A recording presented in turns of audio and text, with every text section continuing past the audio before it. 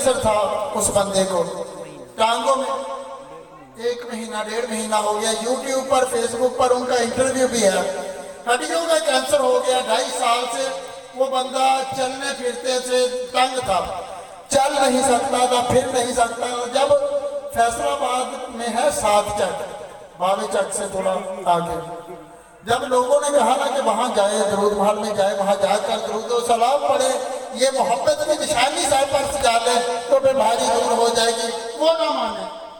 2.5 سال ہو گئے تھے، مرض کو کیسے مانتا؟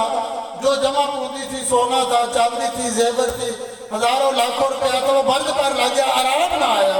جب درود محل میں لوگوں نے اٹھا کر لائے، پکڑ کر لائے، نماز عصر کا وقت تھا میرا خیال، پکڑ کر اسے اٹھا کر لائے، میرے پاس کرسی رکھے، اس پر بٹھا دیا۔ میں نے یہی محبت والی باتیں کی کہ درود پاک پڑھا کریں، پانی پر دم کر کے پئیں، تیل پر دم کر کے پئیں۔ میں نے بھی دل کی تسلی کے لیے تیل پر دم کر کے دے دیا، لکھ کر پہ دے دیا کہ درود و سلام پینا ہے، گلے میں بھی درود و سلام ڈالنا ہے، بازو پہ بھی باندھنا ہے، تیل میں بھی باندھنا ہے۔ وہ چلے گئے۔